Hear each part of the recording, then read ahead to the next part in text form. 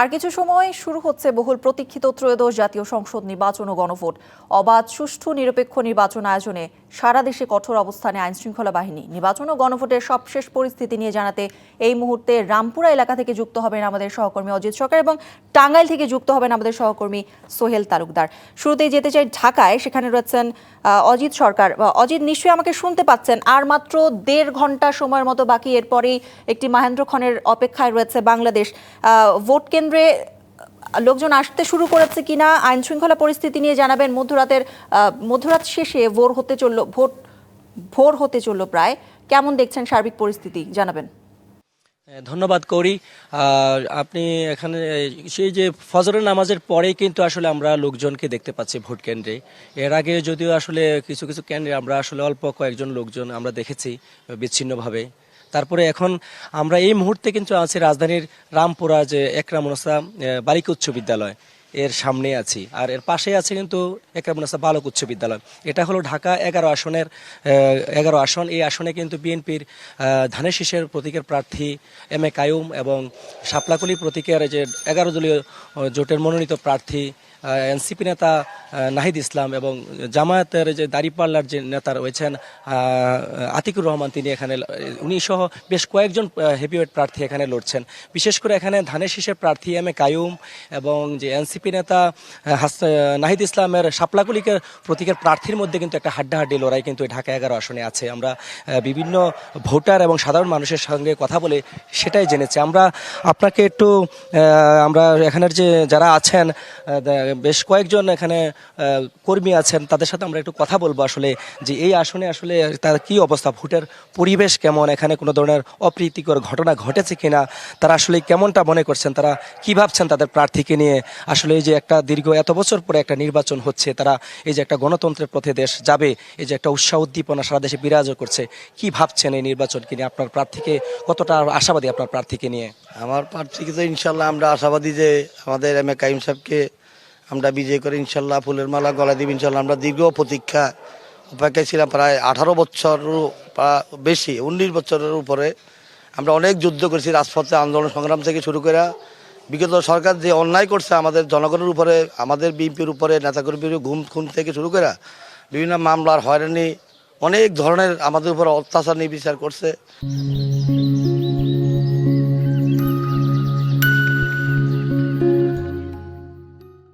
এবং আমরা ইনশাল্লাহ এখন গণতন্ত্রপথের দেশ, সরকার যে প্রক্রিয়া উদ্যোগ নিয়েছে ইনশাল্লাহ আমরা আশা করি গণতন্ত্রপথের দেশ যাবে, দেশ জাতি ভালো থাকবে ইনশাল্লাহ। এখন আমরা আরেকটা বিষয় আমরা দেখবো এখানে, যেহেতু এখানে 11 আসনে কিন্তু এখানে একটা এই যে শাপলাকলিকের প্রার্থী যিনি আছেন, উনিও একটা ওনারও অবস্থান ভালো দেখছি আমরা। কিন্তু কেমন চ্যালেঞ্জ মনে করছেন আপনি যে আপনার প্রার্থীর সাথে যদি তুলনা করেন? না, আমরা কোনো চ্যালেঞ্জ মনে করি ইনশাল্লাহ আমাদের কাইয়ুম সাহেবের অনেক জনপ্রিয়তা এবং অনেক দিনের, উনি দীর্ঘ 40 বছর উপরে বাড্ডা রামপুরা রাজনীতির সাথে সম্পৃক্ত এবং উনি কেন্দ্রীয় আপনার এটা কি বলে একটা পোস্টে আছেন এবং দীর্ঘ বছর উনি মামলার হয়রানির শিকার হয়ে বিদেশে ছিলেন। যাক, মামলার থেকে মুক্তি পেয়ে উনি দেশে। আপনাকে আমরা আরেকটু জানতে চাইবো, আরেকটু জানার চেষ্টা করব। এখানে একজন মুরব্বী আছেন, আসলে কেমন প্রত্যাশা করছেন আসলে যে এবারে নির্বাচনটা আসলে কেমন মনে হচ্ছে, আসলে কতটুকু আশাবাদী আসলে আপনারা আপনাদের প্রার্থীকে নিয়ে, 11 আসনকে নিয়ে? বিসমিল্লাহির রহমানির রহিম। আমাদের এম এ কাইয়ুম ধানের শীষে ভোট দিয়ে আমরা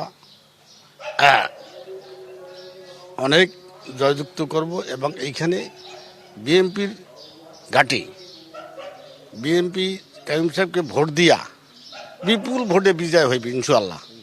হ্যাঁ, আমাদের এইখানে কোনো মারামারি হাঙ্গামা কিছুই নাই। আমরা নিরপেক্ষভাবে স্বাধীনভাবে আমরা ভোট দেবো ইনশাআল্লাহ। আশা করি আমাদের প্রার্থী বিজয় হয়ে যাইবে।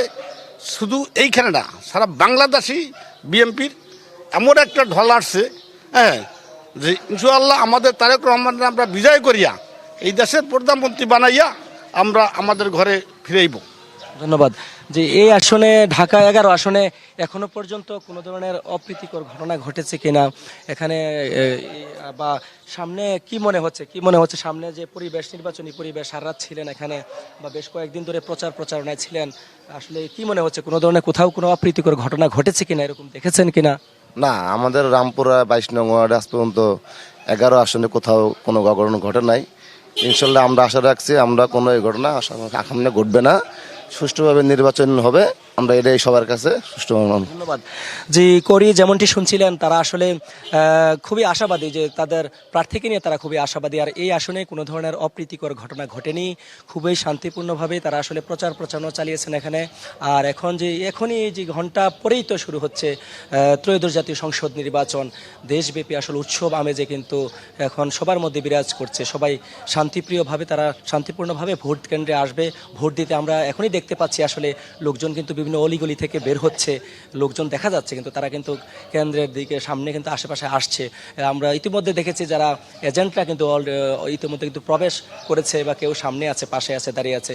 খুবই শান্তিপূর্ণ অবস্থা বিরাজ করছে। যদিও রাতে বেশ কয়েকটা জায়গায় একটু অপ্রীতিকর দু একটা ঘটনা ঘটেছে। জি অজিত, আপনি থাকুন সেখানে। আমাদের আরেক সহকর্মী রয়েছে সোহেল তালুকদার।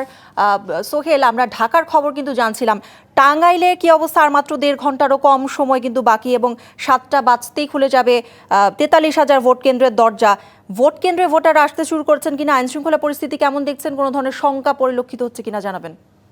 করি, আপনাকে ধন্যবাদ। আমরা খুবই একটু আগেই ফজরের যেটা আজান হয়েছে সেই আজানের পরেই কিন্তু কিছু কিছু মানুষ তারা বের হচ্ছেন ঘর থেকে। এরকম যে বিষয়টি যেমনটা ছিল, আপনাকে একটু বলে রাখি, টাঙ্গাইলে প্রায় 33 লাখ, 33.5 লাখের উপরে মানুষ কিন্তু ভোট প্রয়োগ করবেন। এখানে 1063টি কেন্দ্রে তারা ভোট দিবেন, ভোট প্রয়োগ করবেন তারা। এর মধ্যে 160টি কেন্দ্র ঝুঁকিপূর্ণ। আপনি জানেন যে টাঙ্গাইলের বেশ কয়েকটি কেন্দ্র কিন্তু ঝুঁকিপূর্ণ রয়েছে, প্রায় 160টির মতো। সদর আসনের সংখ্যাটা বেশি, সব থেকে 22টির মতো ঝুঁকিপূর্ণ। এছাড়াও কিন্তু এই যে কেন্দ্রগুলি রয়েছেন সেই কেন্দ্রগুলিতে রাতভর আমরা দেখেছি যে নেতাকর্মী, বিভিন্ন যে প্রার্থী রয়েছেন তাদের নেতাকর্মীরা কিন্তু সজাগ পাহারায় ছিলেন।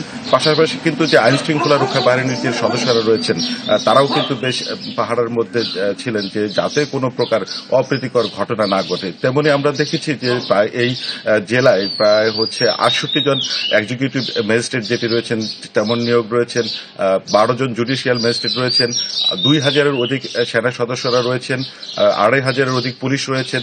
এরকম এই পুলিশ রয়েছেন যে এরকম যে যারা সদস্যরা এরকম কাজ করছেন। এখন কেবল ভোর হচ্ছেন এবং মানুষজন এখন পর্যন্ত যারা ভোটার তারা কিন্তু কেন্দ্রের বা এই ইস্যুতে সেই প্রবেশ তারা এখনো করেননি। তবে আমরা দেখেছি যে বিভিন্ন সময় গত রাত থেকেই যে একদম যে প্রার্থী এবং তাদের যে নেতাকর্মী রয়েছেন, এজেন্ট রয়েছেন, তারা কিন্তু নির্ঘুম রাত কাটিয়েছেন এবং নির্ঘুম রাত কাটিয়েছেন। যে সেই রাতের মধ্যে যে অবস্থা যে এবং একদম সজাগ ভোটের অপেক্ষায় প্রত্যেক মানুষজন ছিলেন, যে কারণে হচ্ছে যে এই যে একটি অনেক দীর্ঘদিন পরের যে শঙ্কা এবং ভোট সেটি নিয়ে যেমন মানুষের উৎকণ্ঠা ছিল, যতই সময় গড়াচ্ছে আলো ফুটছে মানুষের মধ্যে সেই শঙ্কা যেটি রয়েছে সেই টাঙ্গাইলে কিন্তু সেই শঙ্কা অনেকটাই কেটে যাচ্ছে। এরকম একটা অবস্থা। টাঙ্গাইলের যে 8টি আসনের মধ্যেই যে বিএনপির বিশেষ করে বিএনপির বেশ কয়েকজন হেভিওয়েট প্রার্থী রয়েছেন, কেন্দ্রীয় নেতা রয়েছেন। তার মধ্যে কেন্দ্রীয় নেতা সুলতান সালাউদ্দিন টুকু, বিএনপির প্রচার সম্পাদক, তিনি সকাল 7:30টায় বিশ্বাস বেতকা এলাকায় ভোট দেবেন এরকমটাই শুনেছি আমরা। এর মধ্যেও কিন্তু বিভিন্ন ধরনের যে সোশ্যাল মিডিয়ায় নানা ধরনের তথ্য উপতথ্য ছড়িয়েছে আমরা তেমনটাও দেখেছি। কিন্তু এখন পর্যন্ত বড় ধরনের যে গোলযোগ বা বড় ধরনের যে ধরনের অভিযোগ সেটি আমরা পাইনি এবং অনেকটাই এখনো টাঙ্গাইলের যে পরিস্থিতি, আইন শৃঙ্খলা পরিস্থিতি